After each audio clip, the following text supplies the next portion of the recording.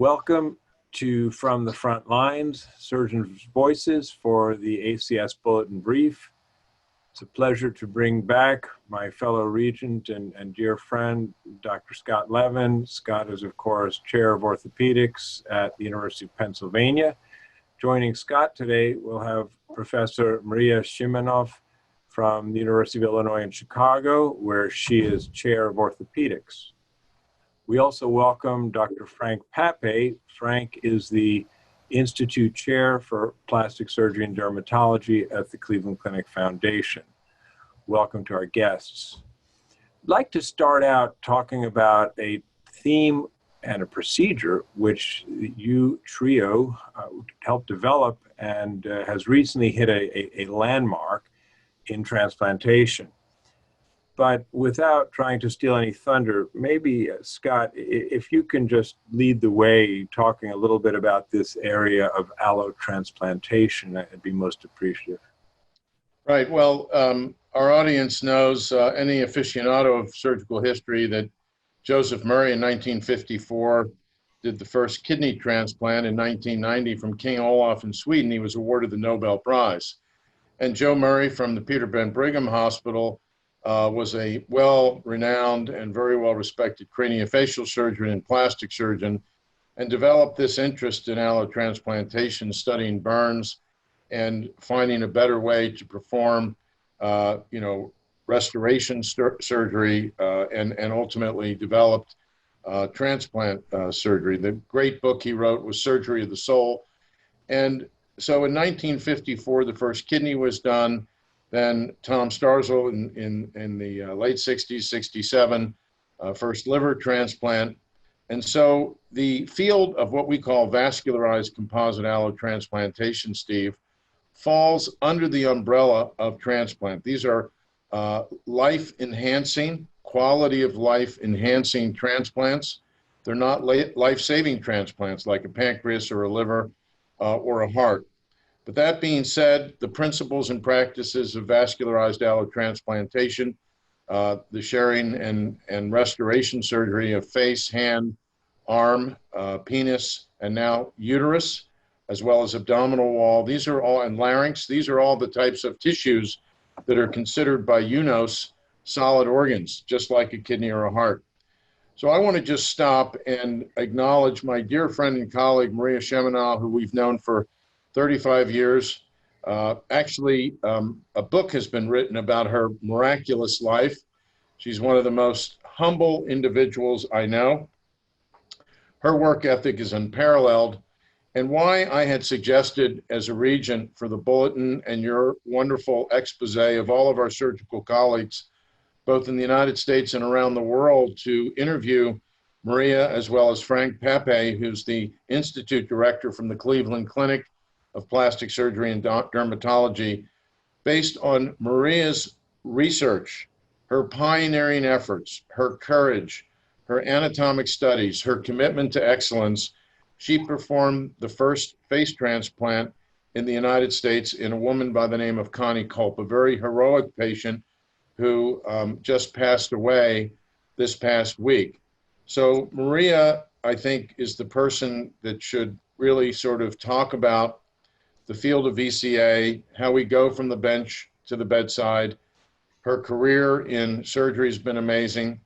Her contributions, she's world-renowned because of her contributions to science, to vascularized allotransplantation, and also want to recognize my friend Frank Papay, who's an incredible surgeon, double-boarded in plastic surgery and ENT, and also participated and has led the team surgically with Maria in several Cleveland Clinic Foundation face transplants. There are other centers in the country, but I think today's conversation should be the story of Connie Culp, and I'll turn it over to Maria.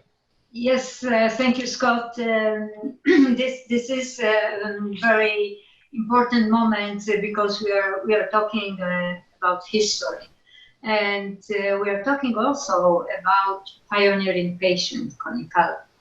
And when it comes to transplantation and so-called the first, it's always a significant challenge to, first of all, to to make a good cause for the patient, for the society, and go through different type of debates before innovation in medicine will be accepted by the medical society and by the public. This is the history of face transplantation. And the interest in face transplantation came from the fact that there were so many patients with disfigurement after trauma, after burns, after cancer, which were actually living in the Red State, were not showing at any open society actions of facilities. These patients were actually just dead when they were still fully alive, because they were quite often shown as the monsters, as it was the case with Connie Culp. Whenever she was going out, people call her a monster. And only brevity and encouragement which came from these patients make this historical advancement of face transplantation possible.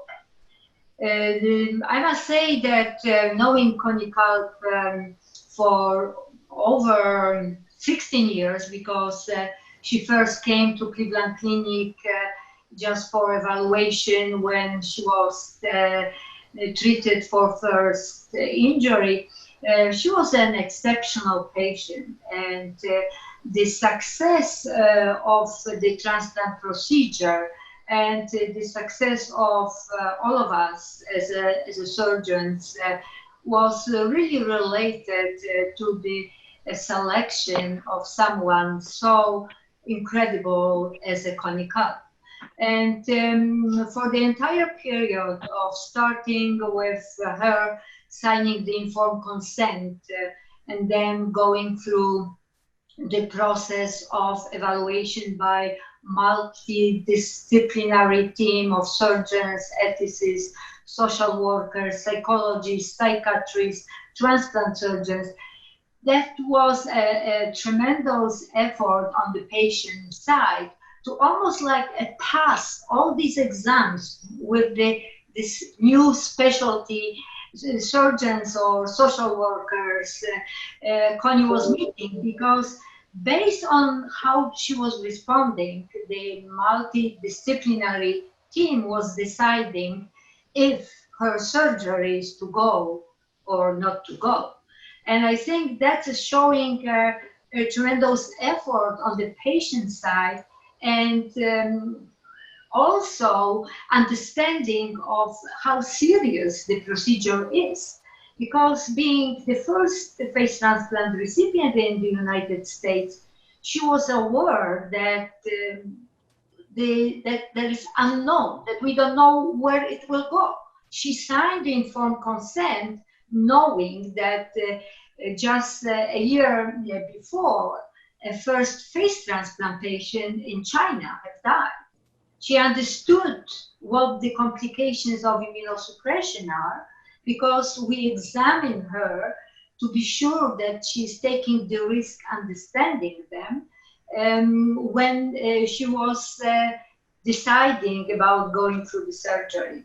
So when we are talking quite often about the surgical teams, about the leading surgeons, about the supporting staff, we are not really paying that much of the attention to the brevity and pioneering efforts of these patients. And without the patient, there wouldn't be a surgery, obviously. And without the patient understanding and being confident in the surgical team, and the surgical team being confident in giving all these risks and benefits in front to the patient, is unbelievable story. And now, at 12 years, at Connie's passing, I'm very emotional about it, because we always were thinking about her, and for many years I was participating with the team in her evaluation, and there were ups and downs as it is for any transplant patient, specifically face transplantation, when the patient knows the risk of potential rejection. But now when she's gone, there is something which really is missing, not only, I think, in, well, myself and the surgical team, but the presentation today and dear friend Scott Levin invitation to actually pay a tribute of Connie's as a patient is just telling us that we are thinking about these patients and all the time, but so rarely we can actually thank them for their contribution. Thank you very much, Maria. It's indeed incredibly impressive to hear what you've done, both here as well as what I've heard prior to the interview. And as my dear friend Scott Levin said, you're indeed very, very modest. It's clear that you're a pivotal member, if not the driving force behind this effort. Despite that fact, you very graciously alluded several times in your answer to a team. So let's turn to my colleague in Ohio, Dr. Frank Papay. And Frank, can you tell us a little bit about building the team, who needed to be on the team, what were some of the obstacles you faced, and how you overcame them? Well, as Dr. Siemionow pointed out, really the team is everything, and we came to agreement in the team that, we really wanted to, number one, work as a unit. And as you know, that's sort of the theme of the Cleveland Clinic. And this was a great example how working as a unit can accomplish great things. And to do that, obviously, you have to find each individual's incentive of why they participate in the team. And egos aside, which we wanted to make sure the egos were aside, that we gave all the credit to Dr. Siemionow with her 20 years of research and her really leading the research into the surgical episode and really taking at least 3 to 4 years of trying to get this through the IRB of the Cleveland Clinic, being the first recipient of a face transplant in the United States.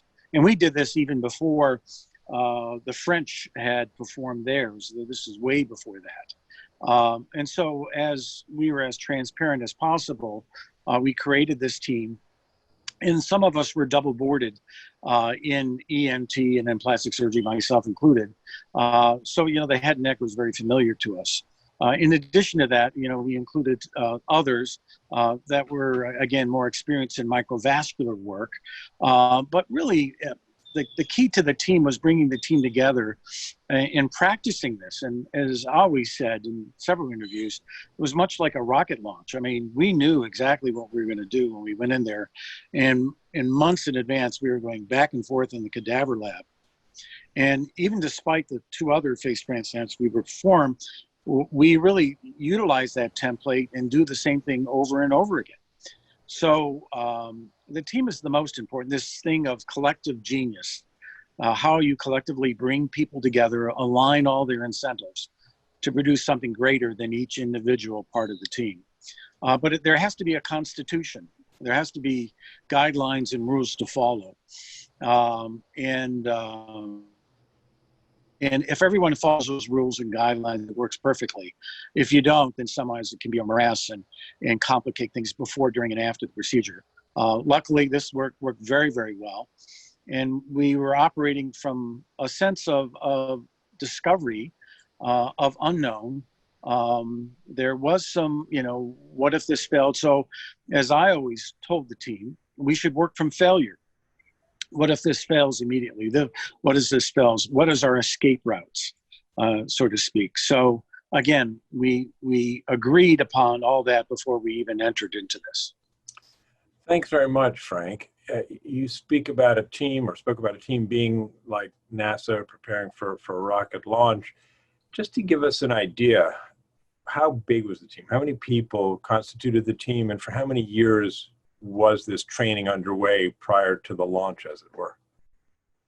Well, as surgeons were concerned, there were 8 or 9 surgeons on that team, and we split up between the recipient and the donor. And then Maria and I kind of went back and forth as sort of, making sure that the team was in place and that, we were communicating between the teams and integrating and really becoming part of those recipient and donor teams as needed. So that's the main part. And those teams need to work together and design what their job was, their important piece of that job, either on the recipient or the donor site, as they were working together simultaneously, by the way, because the donor and the recipient were being operated on simultaneously. But the overall team, including, the ethicist, the psychiatrist, the immunologist, and going down the list, I would say there was close to 30. And so all of those had an integral part, and extremely important. We were kind of the technicians in that interim part as surgeons, making decisions somewhat on the fly, by the way. There were things, just like a rocket launcher, there were hiccups that we had to change on the fly, but we preempted that, knowing that those particular problems may crop up. And again, I think the first one worked flawlessly, and there were things that we even learned from that we adapted into our second and our third phase transplants. What was the preparation time, Dr. Papay, from when you months, had the idea? Months. As far as the cadaver labs, 4 to 5 months. As far as the preparation time, I'll let Maria answer that one, but I would say, we had this years in the making. I would say about 3 years, 4 years. As long as we were in the elements of the IRB, there was talk about this going back and forth. And did we have the capability? Did we have the right people in the right places? And again, did we have sort of the internal politics and the transparency externally to the world to know what we're doing so we can be commented on if they thought we weren't doing right? And that was done obviously ethically at the get-go, but also, across the world. Dr. Siemionow was lecturing and really brought in some information that we learned from everyone else. And we continue to learn, from Dr. Lantieri in Paris is a fine example. And one of the condolences we got immediately after the world found that Connie Culp had passed away was from Lantieri. So, we're all a small group of people. Not too many of us do this type of surgery, and we're very close to each other, and we really try to help each other as much as possible. Thanks very much. And just turn back to Maria for a moment and ask you about some of the challenges, I think it's opportune or perhaps inopportune timing more appropriately, with immunosuppression. Some of the challenges of immunosuppression and what you're trying to do to overcome them.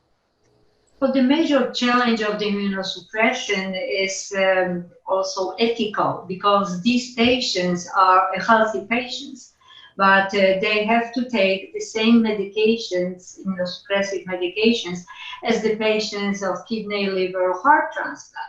So that was one of the debates which we have to go through to prove that this risk and benefit will be here fulfilled by more benefit to the patient. Immunosuppression, of course, and the challenges related to the immunosuppression were tested in our lab for 20 years.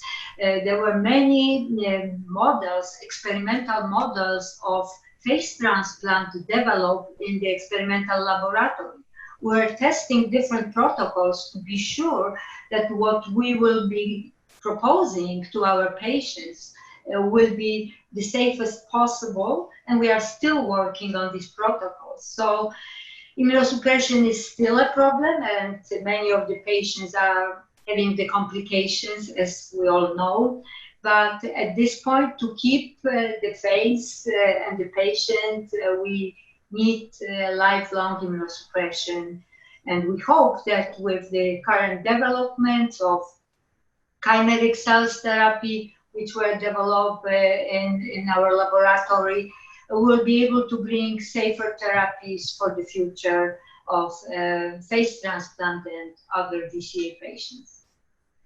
Thank you very much. I appreciate all that information. Scott, if we could finish off asking you a little bit about some of the other improvements as we're looking at trying to figure out immunosuppression. What about on the technological front? This is a highly sophisticated procedure.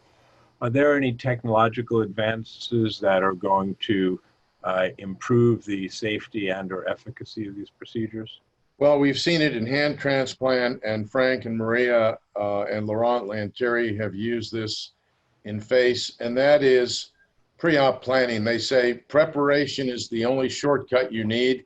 Our microsurgery teacher was Robert Ackland for Maria and myself, and so the advanced imaging in CT, in MR, in vascular studies, in modeling, creates a more efficient operation. I think Frank and Maria would agree to have the cutting guides and the osteotomies and things we have done in our hand transplants and our upper extremity transplants to do perfect osteosynthesis, but all pre-op plan, and particularly in the craniofacial skeleton, when you're trying to match donor and recipient, that technology, I think, has been a real advance. Number two, the partnership with UNOS, the United Network for Organ Sharing, the reach that they have, the oversight, the guidance documents, the VCA committee of which Maria and I have served to make sure that from a regulatory and compliance standpoint, we look like the rest of solid organ transplant. And then the development of specialized rehabilitation that's built off of reconstructive surgery, but then translated to things like face and hand transplant specific therapies. The other thing I might point out about Maria Siemionow is for 25 to 30 years, she's also been a premier internationally regarded researcher in nerve. So the neural regeneration based on the calcineurin inhibitors has provided the face the ability to reanimate, the hands to develop intrinsic muscles in our hand transplant, things that we would never see in conventional neural surgery without immunosuppression and what we think of the calcineurin inhibitors. So lots more to study. The ravages of immunosuppression are certainly not insignificant, but some of the technology in imaging and then the actual preparation and guides for bony osteosynthesis, I think those have been the two advances I would speculate that Maria and Frank would agree have helped them inordinately, the modeling, the cutting guides, and then the advanced imaging to understand the needs of the recipient and to project what the ideal donor would look like. Thanks very much, Scott. And let me also take the liberty of asking you if you could help wrap up and bring up any points that I missed that you'd like to bring across to our listeners and viewers. Yeah. Well, Connie had a vastly improved quality of life for 12 years. We stand on the shoulders of giants. They're on the screen next to me. Frank and Maria, again, going from the bench to the bedside, 22 decades of research, climbing uphill with an idea, a vision, challenges, obstacles, setbacks, but she finally, within the clinic, which is a marvelous institution, building the team, as Frank alluded to, did the country's first face transplant. And I think I want to take a personal moment to recognize Maria and Frank, and just a moment of silence for Connie Culp, who was so heroic that entrusted her potential change of life, better quality of life to the clinic and Maria and Frank and the team. And I think we could say Maria and Frank, she was very happy for many years compared to her previous state, and was a real pioneer herself, as Maria said. And we have to keep honoring her by continuing to forge ahead in this very challenging field, still with obstacles, still with barriers, still with the liability of conventional immunosuppression. But I think we're all inspired by her. And I really appreciate, Steve, you taking the time for the college to talk to my colleagues and friends about this historical case and this wonderful person who committed to medicine and the end result we've heard about today.